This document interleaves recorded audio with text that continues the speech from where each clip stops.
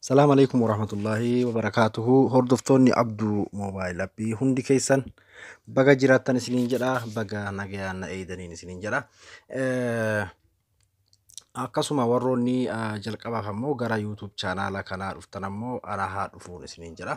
Abduun jedhama. Abduu Mobile App jedhu kun YouTube chaanaala kiyyaa iddoo subscribe jettu kana tuquudhaan maamila chaanaala kana ta'a. Chaanaalli kun kan barumsaati. Akkasuma mallattoo bilbilaa kan fuula duraa kan hogguutu akka tuquudhaan wannan gallakkisu akka ofii isaatii isin dhaqqabu godhaan isiniin jira. Akkasuma viidiyoon kiyyoo isin bareeda yeroo hundaa'u laayikii godhuu hin dagatinaan dhaamsa kiyya. Viidiyoon kalee gallakkise kana namoonni hedduun ilaaltanii jirtanii. Warri immoo appilikeeshiniin isaa mallaqa nu gaafate jettan anuu himee jira mallaqa isin gaafachuu malaa liinkii an kaa'e kana buufadhaa isiniin jedheetiin jira. Xiyyaa kanatu yoomiyyuu hin gaafatina appilikeeshina ka liinkii an isinii kaa'e ayyoomiyyuu ka mallaqa gaafatus kan gaafannes ka biyya keessan keessatti hin hayyamamnes liinkii isaa as jala isinii kaa'e amma as jala liinkii isaa sadii moo akkanaan kaa'e filannoo waa keessaa filattanii fi xiyyaa kana gattuu xaniiti kan gubbaa kunilleen Play Store alatti jedha kunu Play Store ala buufachuu feetan jedha kunis Play Store ala jedha ka Play Store irraa ka jalaa kana kun ammoo Telegram kiyyarra illee ni jira haala saniin buufachuu dandeessanii warroota nagaafattanii fi dhiifama.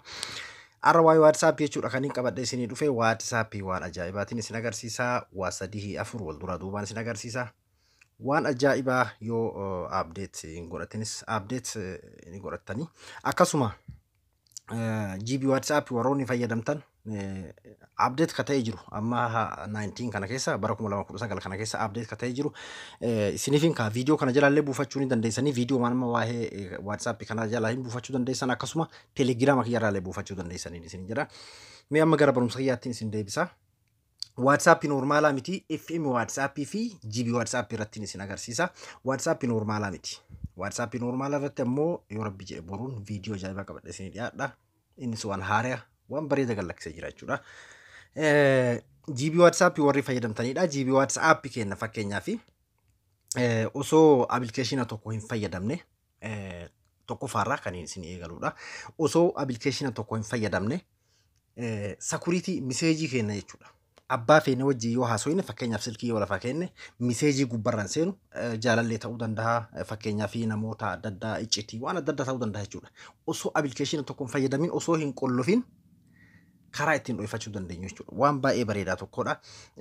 Akkasuma message fakkeenyaaf namni nutti ergee akka dilleetiin goone amma durallee isin barsiisan si'a namoonni hedduun nagaafattanii message tokko eegee isinitti ergame namni dogongoraan haquu danda'a yookiin ammoo beekaa waan san sheenee haquu danda'a akka naayinnes karaa godhattanii GB WhatsApp irratti illee isin agarsiisa. Wantoonni biraallee kan isin agarsiisu ni jira jechuudha. Fakkeenyaaf amma Abduu waliin waan nama fakkeenyaaf kana jechuudha. Kana ka chat godhe kana yoo namni deebisaa naa katabe fakkeenyaaf amma itti achi katabee haa jennu fakkeenyaaf akkam nagee jedhee katabee haa jennu katabee hogguunan ergee fi namni sanis deebisaa naaf kenna. Kun akkuma agartan kan amma gubbarraa notification akkana naa seenemi isa kana jechuudha. Akka namni tokkollee argine ani qoftiin chat akka wajji godhuudhaa fi xiqqashoo gadi qabdanii teessanii jechuudha. Namicha sana qaqqabdanii teessan. Haala kanaa yeroo qaqqabdanii teessan booda gama harka mirgaatiin jettu tuttuqaa tanarratti tuutan jechuudha. Tuttuqaa tanarratti hogguu tuutan booda hide saayitutu jira jechuudha jala kana. Hide gootan. Yeroo isin hide gootan haala kanaan bootarni isin gaafata. GB WhatsApp irratti kan isin agarsiisu jiru. Fakkeenyaaf Z itti naqamee fakkeenyaaf Z itti naqaa achi booda next jala tanaan tuqaa ammas Z irraan deebi'a. Conform. Amma yeroo inni haala kanaan dhufe nama kana fakkeenyaaf chat nama kanaa yoo dhoysite baaswordii kana yoo dagatte hoo filannoo naan jedha ka gubbaa fakkeenyaaf your best friend name jedha.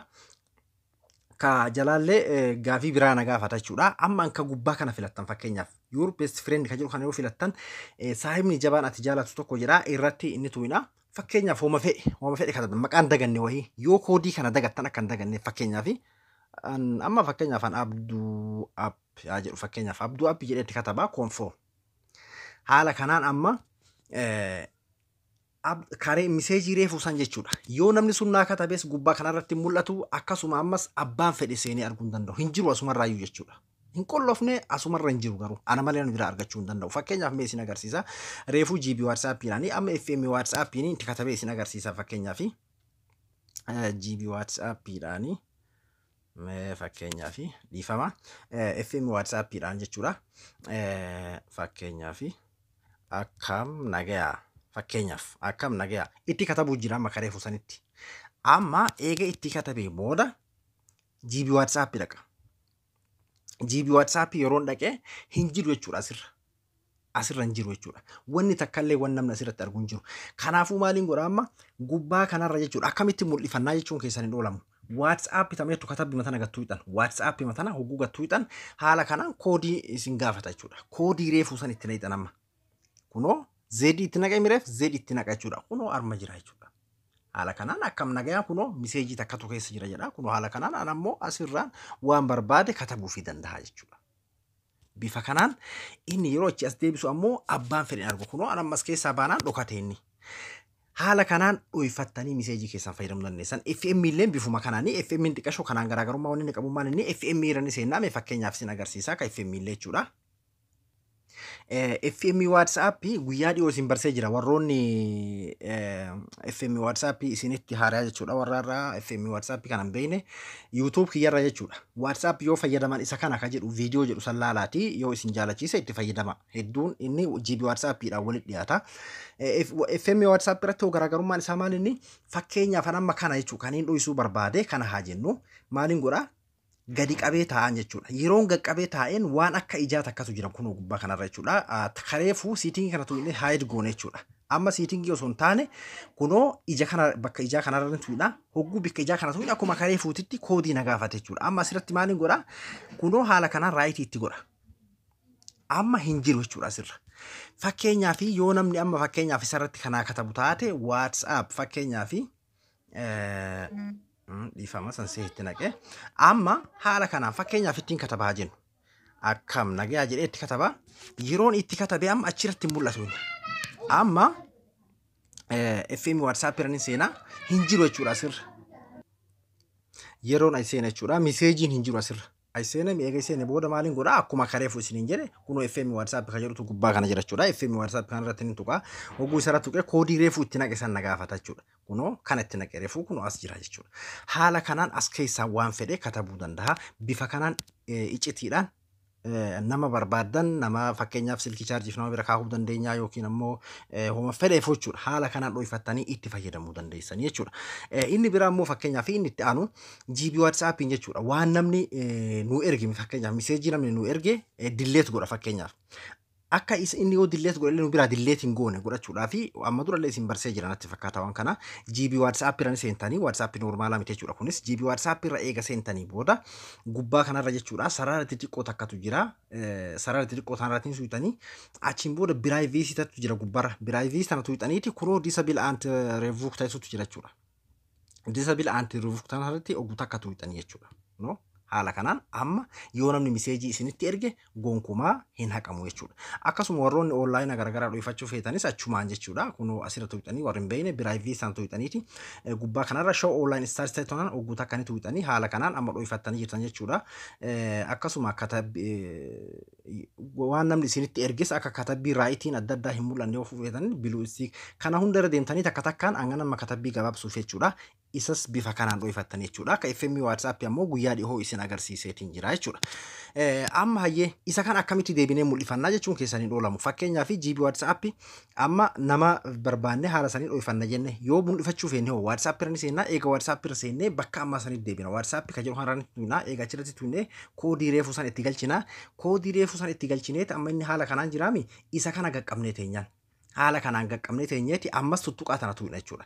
Tuttuqaa tana tuuneeti kunoo jala kana jechuudha mark chat visibility ka jedhutu jira isa kanarratti tuutan haala kanaan amma kunoo deebi'ee jira jechuudha amma hin jiru jechuudha kan dhusun kunoo gubbaa kanarra naa deebi'ee jira jechuudha ka FM WhatsApp ammoo kanaan xiqqashoo adda addaa FM WhatsApp irra seentanii FM WhatsApp irra eega seentanii booda FM WhatsApp ka jedhuun tuutanii eega isa tuutanii koodii reefuu itti galchitan jechuudha koodii reefuu ittiin galchaa gaqqabdanii teessaniin eega gaqqabdanii teessaniin booda waan akka ijaa tana tuutan kunoo isii tana jechuudha waan akka ijaa tana tuutanii jechuudha haala kanaan koodii itti naqxanii amma bahee jira jechuudha as keessa hin jiru bifa kanaan kunoo amma asirra mul'atee jira jechuudha haala kanaan dhuunfachuus mul'ifachuu dandeessan jechuudha